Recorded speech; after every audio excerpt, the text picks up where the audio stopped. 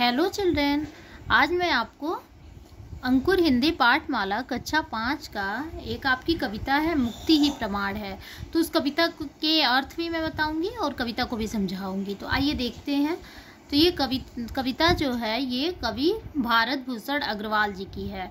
और कवि कहते हैं कि जो मनुष्य की प्रवृत्ति होती है या मनुष्य की आदत होती है कि वो प्रकृति की दी हुई सभी रचना को या बनाई हुई सभी चीज़ों को अपने बस में करने का प्रयत्न करता है।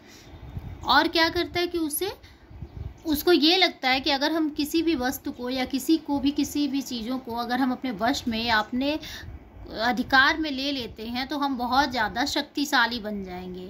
लेकिन ये नहीं है कि अगर वो ये नहीं समझ पाता है कि अगर उसको हम अपने कंट्रोल में या अपने अंदर उसको कर लेंगे, बंधन में ले लेंगे, तो उससे क्या होगा कि उस चीज़ों की सभी जो सुंदरता है वो नष्ट हो जाएगी।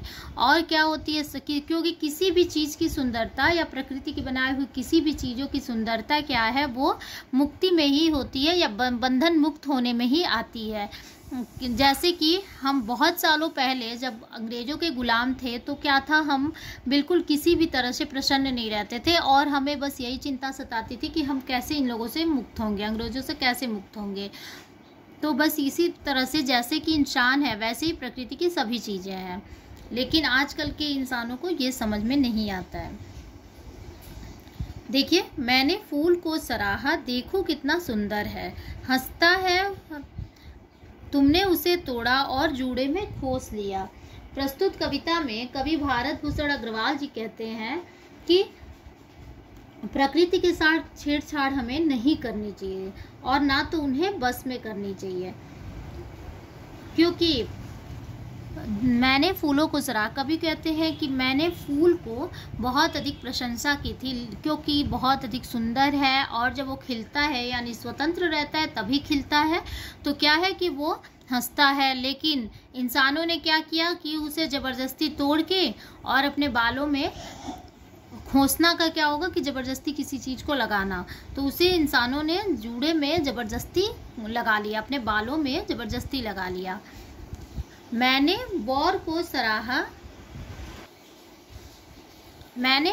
सराहा, देखो कैसी भीनी गंध है, तुमने उसे पीसा और चटनी बना डाली। बौर क्या होता है, आम जो होते हैं जब अभी बहुत छोटे रहते हैं या फिर फूल जो होंगे वो जब बहुत छोटे रहते हैं, अभी पूरी तरह से खिले नहीं रहते हैं या जो आम है वो फल नहीं बना रहता है, तो उसी को हम बौर कहते हैं। तो बौर जो होता है वो जब बिल्कुल स्वतंत्र वातावरण में रहता है तो और बिल्कुल स्वतंत्र जब रहता है तभी बड़ा आम बन जाता है। लेकिन क्या होता है कि वो मनुष्य उसे अपने स्वार्थ के लिए उसे पहले ही जब वो छोटा रहता है तभी तोड़कर चटनी बना के खा जाता है। तो ये क्या है कि उसे स्वतंत्र नहीं रहने देता है। तो वही है कि मनुष्य ने जो है अपनी स्वार्थ के लिए उसको भी स्वतंत्र नहीं रहने दिया।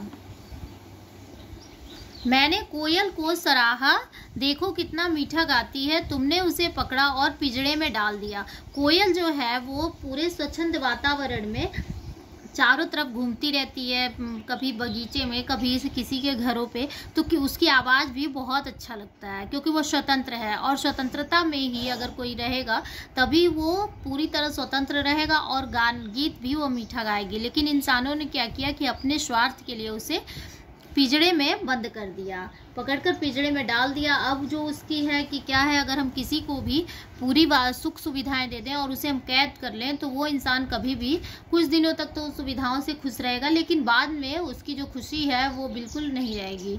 तो उसी तरह कोयल भी है, पिंजड़े में डाल दिया गया तो वो किसी भी प्रकार से उसकी जो हंसी थी और वो महक थी वो कभी भी नहीं आई। एक युग पहले की बातें ये आज याद आती नहीं क्या तुम्हें, क्या तुम्हारे बुझे मन हत प्राण का है यही भेद नहीं। जब बहुत कुछ दिनों पहले हम अंग्रेजों के गुलाम थे तो क्या होता था कि हमारी जो इच्छाएं थी सभी खत्म हो गई थी।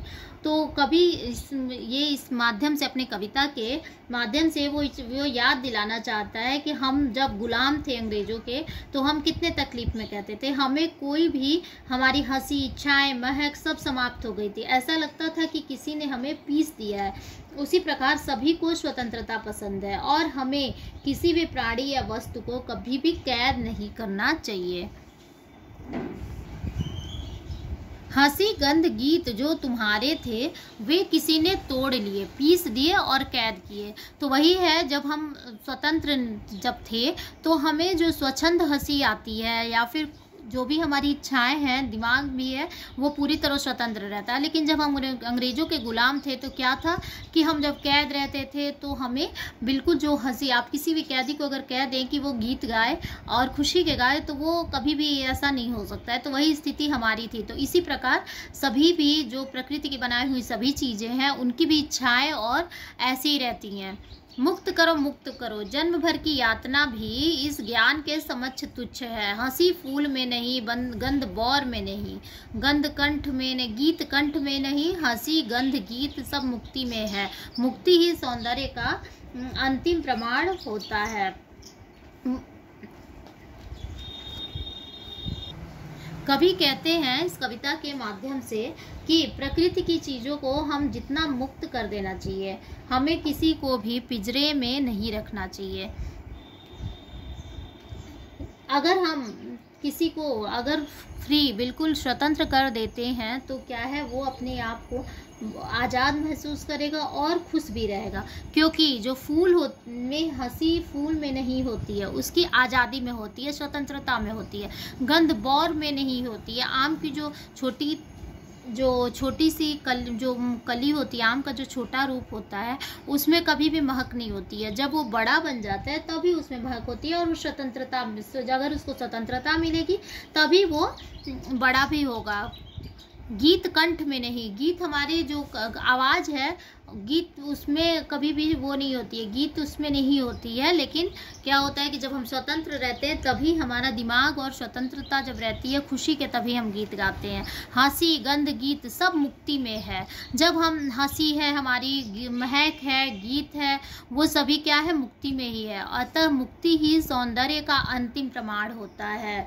बिना स्वतंत्रता के कभी भी कोई भी इंसान हो या कोई प्रकृति की बनाई हुई कोई भी चीज़ हो, वो अगर मुक्त नहीं है, स्वतंत्र नहीं है, तो उसमें सौंदर्य नहीं आता है।